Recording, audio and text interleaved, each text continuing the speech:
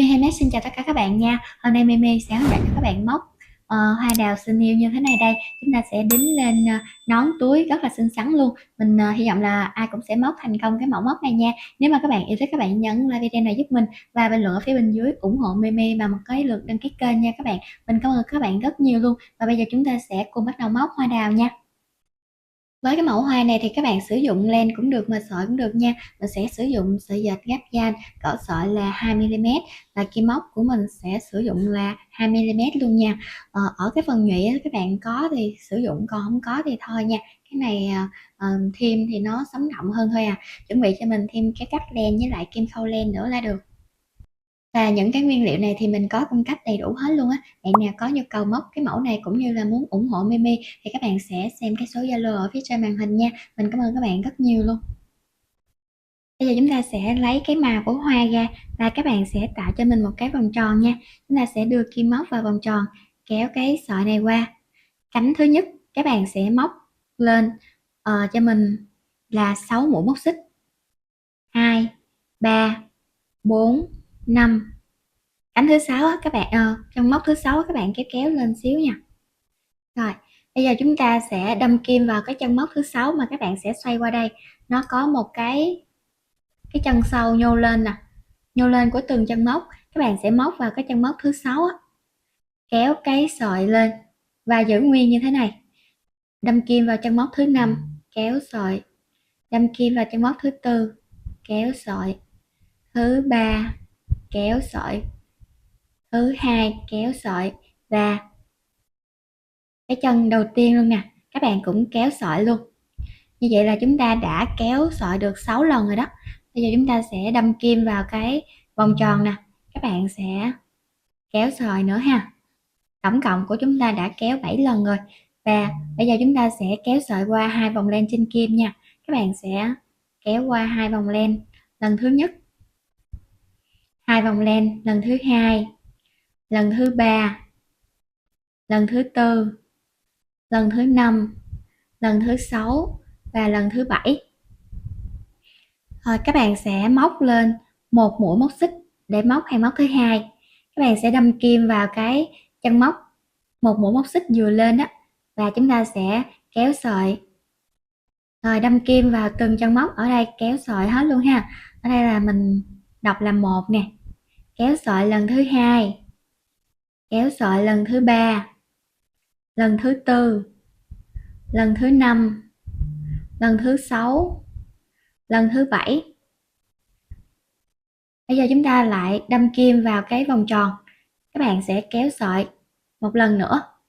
Và bây giờ giống như hồi nãy, các bạn sẽ kéo sợi qua 2 vòng len trên kim. Lần thứ nhất, lần thứ hai, lần thứ ba, thứ tư, thứ năm, thứ sáu, thứ bảy và thứ 8. Và chúng ta lại móc lên một mũi móc xích để móc hàng móc thứ ba. Đâm kim vào cái chân móc một mũi móc xích khi nãy mà chúng ta móc đó. Các bạn sẽ kéo sợi lần thứ nhất, lần thứ hai, lần thứ ba, thứ tư, thứ năm, thứ sáu, thứ bảy, thứ 8. Rồi đã hết chân móc rồi, chúng ta lại kéo sợi ở vòng tròn, kéo thêm một lần. Bây giờ chúng ta lại kéo sợi qua 2 vòng len, 1, 2, 3, 4, 5, 6, 7, 8, 9. Hàng móc thứ tư thì chúng ta sẽ không móc lên một mũi móc xích nữa, mà chúng ta sẽ móc một mũi dời vào chân móc đầu tiên, nhưng mà chúng ta không có cần móc mũi dời ha, chúng ta sẽ bỏ qua cái chân đầu tiên luôn, móc một cái mũi dời vào cái chân móc tiếp theo á, móc một mũi dời vào chân móc thứ hai nha. Rồi các bạn lại móc lên một mũi móc xích, chúng ta sẽ đâm kim vào cái chân móc mà một mũi móc xích nè, kéo sợi lần thứ nhất nè, đâm kim vào chân kế bên nè, kéo sợi lần thứ hai, lần thứ ba, thứ tư, thứ năm, thứ sáu, thứ bảy, thứ 8. Và bây giờ các bạn lại kéo sợi ở vòng tròn, rồi kéo qua 2 vòng trên kim. 1, 2, 3, 4, 5, 6, 7, 8, 9. Rồi bây giờ chúng ta lại móc hàng móc thứ 5 ha. Chúng ta sẽ bỏ qua cái chân đầu tiên, bỏ qua chân đầu tiên này nha, móc vào chân thứ hai, kéo sợi nha. 1, 2, 3, 4, 5, 6, 7. Đâm kim vào vòng tròn, kéo sợi. Rồi bây giờ chúng ta lại kéo sợi qua 2 vòng. 1, 2, 3, 4, 5, 6, 7, 8. Kết thúc hàng thứ 5, chúng ta sẽ móc hàng móc thứ 6. Chúng ta cũng bỏ qua chân đầu tiên, đâm kim vào chân thứ hai nè, kéo sợi. 1, 2, 3, 4, 5, 6. Đâm kim vào vòng tròn, kéo sợi. Kéo qua 2 vòng. 1, 2, 3, 4, 5, 6, 7. Và bây giờ các bạn sẽ móc cho mình, bỏ qua chân đầu tiên nè, còn lại móc cho mình những mũi dời, tức là còn 6 chân làm 6 mũi dời đó các bạn. Bỏ qua chân đầu tiên thì còn 5 mũi dời nha. Rồi kết thúc cái cánh đầu tiên này bằng một mũi móc đơn vào vòng tròn. Bây giờ chúng ta sẽ móc lên cánh thứ hai, lặp lại tương tự những cái hàng móc như thế này nha. Rồi bây giờ các bạn sẽ lại móc lên 6 mũi móc xích. 1, 2, 3, 4, 5, 6. Đâm kim vào chân thứ 6 giống khi nãy, các bạn lại kéo sợi. Thứ 5, thứ tư, thứ ba, thứ hai, thứ nhất. Đâm kim vào vòng tròn, kéo sợi, kéo qua 2 vòng. 1, 2, 3, 4, 5, 6, 7. Móc lên một mũi móc xích để móc hàng móc thứ hai, và tương tự như mình hướng dẫn ở cái cánh trước, mình cũng ghi công thức ở phía trên màn hình đó, các bạn xem và làm. Tổng cộng là 5 cánh ha. Bây giờ chúng ta đã được một cánh rồi, làm thêm 4 cánh nữa rồi mình sẽ gặp lại các bạn nha. Mình đã móc xong 5 cánh này nè các bạn. Bây giờ chúng ta sẽ móc lên một mũi móc xích, rồi các bạn sẽ cắt sợi nha, và chúng ta sẽ rút cái cọng sợi ở chính giữa này nè, rút cho nó chặt vào luôn ha. Các bạn sẽ rút nó chặt.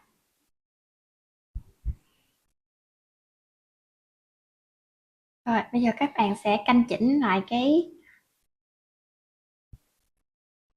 phần cánh này nha.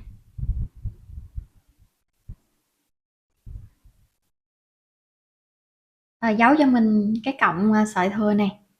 Rồi bây giờ chúng ta sẽ cắt cái cọng len màu xanh để làm cái phần nhụy nha. Rồi mình đã bỏ qua cái kim khâu ha, các bạn cắt một cái đoạn sợi dài á.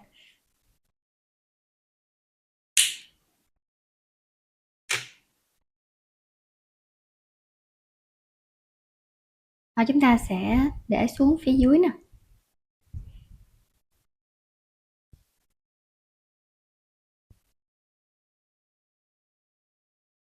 một nhánh vậy đó. Các bạn sẽ khâu cho mình 3 lần ha. Đây, các bạn sẽ khâu nè, ở phía dưới này nè.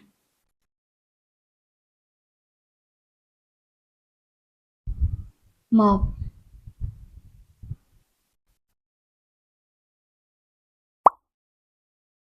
rồi ở phía trên nè. ở chính giữa là cao nhất, hai bên bằng nhau.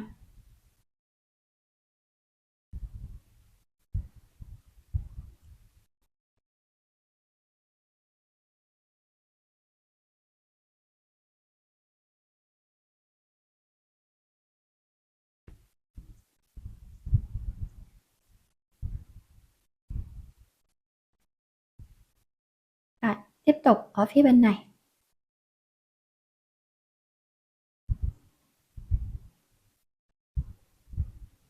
Nè, ở đây nó cũng sẽ giống như ở phía trước á.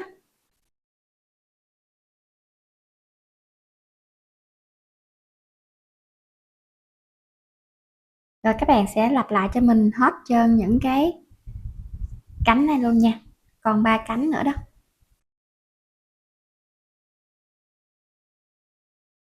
Rồi các bạn sẽ làm nha. Mình đã làm xong cái phần màu xanh này nè các bạn. Bây giờ nếu mà các bạn muốn thêm một ít má hồng ở chỗ cái phần cánh này nè, hoặc là cái màu acrylic á, thì các bạn sẽ tô nha. Đây mình sử dụng phấn hồng thôi. Rồi các bạn sẽ tô cho nó ít ít ở chỗ cánh ngoài thôi.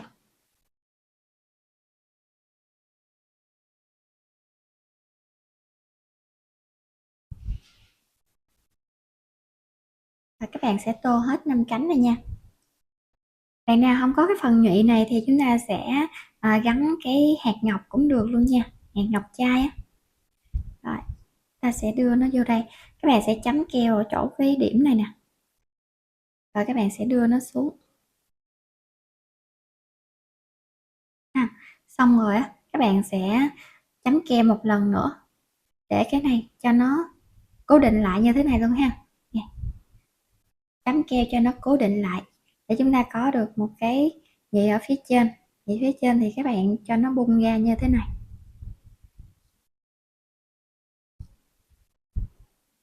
Rồi, vậy ha. Và các bạn sẽ dán cho mình nha. Như vậy là mình đã hướng dẫn cho các bạn móc thành công cái mẫu hoa đào như thế này rồi ha. Các bạn có thể là đính lên túi, nón. Cái này mình đính lên nón nè các bạn, rất là xinh luôn. Mình hy vọng là các bạn sẽ yêu thích cái mẫu móc này nha. Nếu mà các bạn yêu thích, các bạn nhớ nhấn like video này giúp mình và bình luận ở phía bên dưới ủng hộ Meme bằng một cái lượt đăng ký kênh nha các bạn. Mình cảm ơn các bạn rất nhiều luôn, và mình cũng cảm ơn các bạn đã dành thời gian ra theo dõi hết clip này và thực hiện cái mẫu móc này cùng mình nha. Bây giờ mình xin chào tạm biệt các bạn và hẹn gặp lại các bạn ở những clip sau nha. Bye bye.